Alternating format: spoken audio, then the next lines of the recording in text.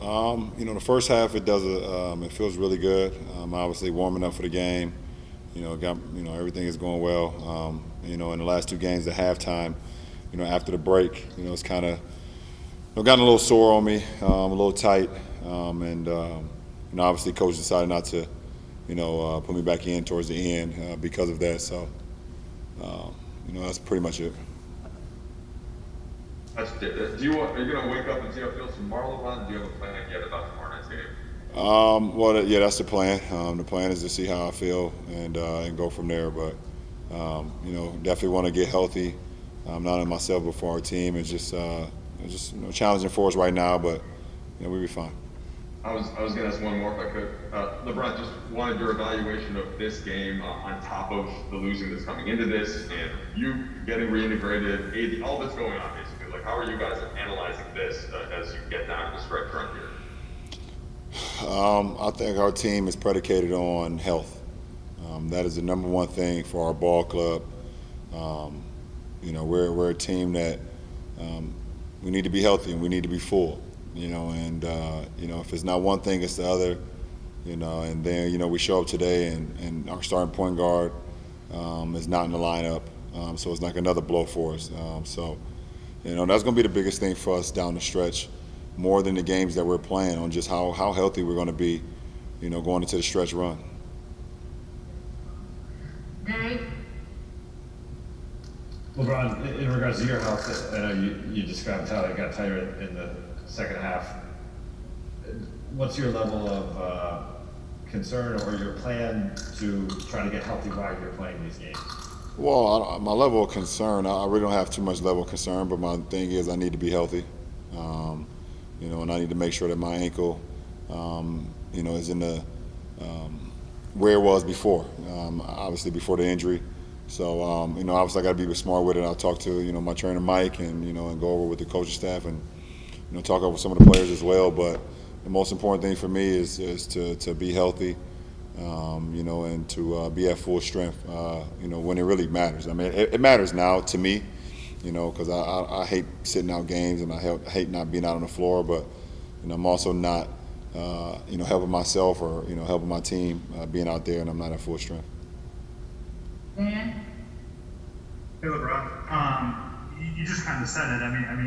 How do you balance sort of the knowledge that, yes, like, you need to be 100% come playoff time or as close to, as healthy as possible, but at the same time, the playing tournament is a real possibility, kind of based on the standings. How do you kind of view the prospect of that, and does that change your mindset at all? Well, it doesn't matter at the end of the day if I'm not, 100% close to 100%. It don't matter, where we land, So, that's my mindset. And, if this happens to we end up at 6th or 5th or whatever the case may be, or if we end up in the, the playoff, whatever that thing is, whoever came up with that shit need to be fired. But whatever. Kyle? Hey LeBron, we were talking to Kuz and about the last 7 games. The word he used was disconnected. Says it doesn't feel like the team is quite as connected. Obviously, health plays a role in that, but I'm wondering if you sense that as well, and if so, are there factors besides health that you guys can control better than you guys have in the last 7 games? Well, yes, I would agree with Kuz for sure. Having guys in and out of the lineup, having guys not healthy, being in the lineup or not being in the lineup. But, at the end of the day, we have, 5 guys on the floor and we need to play Laker basketball, and we haven't done that in the last 7 games, no matter who's been out on the floor. So, it starts with, with us, and we get the game plan. We need to go out and execute it. But, definitely a challenging few weeks for us, and something that we will ultimately, I think we'll figure it out. Last 3 questions. BT? LeBron, when you consider that you left without the egg winning today, this is not here, you've had this long season. How overwhelming has this season been for this entire team? I don't know. It's been challenging for the whole league, not just us. And obviously, the biggest point for us is that our 2, main guns were, hurt significantly and out for a long time. With AD being out for almost 9 weeks, and me being out for 6 weeks with our injuries, and and both of us pretty much almost at the same time at one point in the season. So that hurt our team, our ball club a lot. But the season is the season. We knew it was going to be challenging. Everybody knew it was going to be challenging when they agreed to start the season up December 1 after coming off the the bubble league, the bubble season. So it's been a challenge for everyone, not just us. Bill?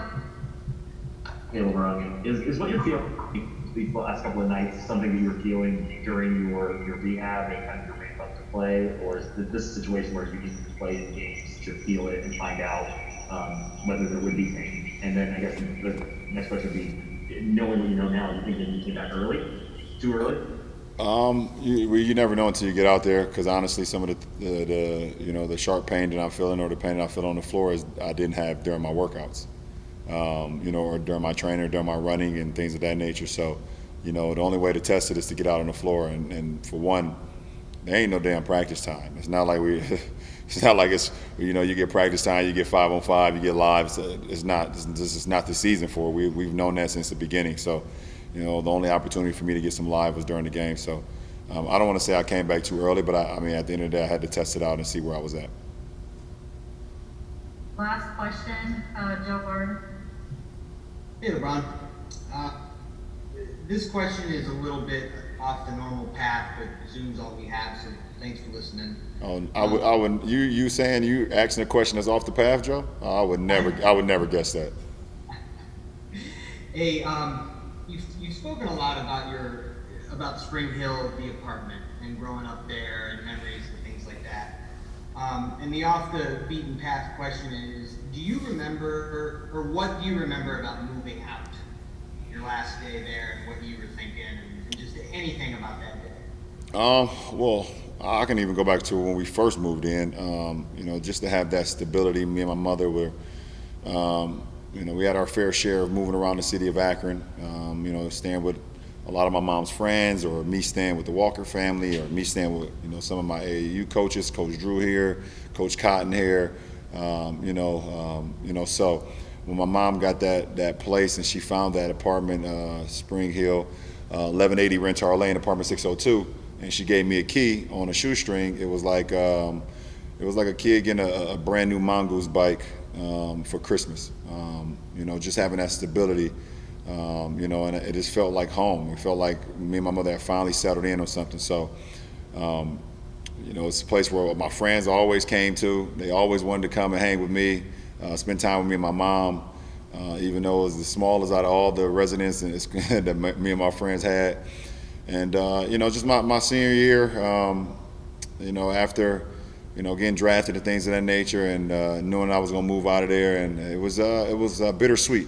Bittersweet in the sense of, the bitter side was leaving that community, leaving next door neighbors that I seen all the time, either walking down the stairs or riding the elevator, or being outside when I would walk to my car to go to school, or ride my bike and things of that nature.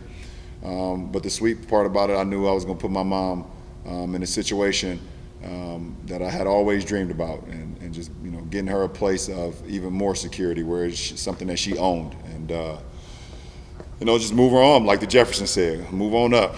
So that was the bittersweet moment, but that place will always be with me for the rest of my life. And obviously, with my production company, my in Spring Hill right now, so Spring Hill Company, obviously it sticks with me. So it's a good off the beat question. I like that one, Joe.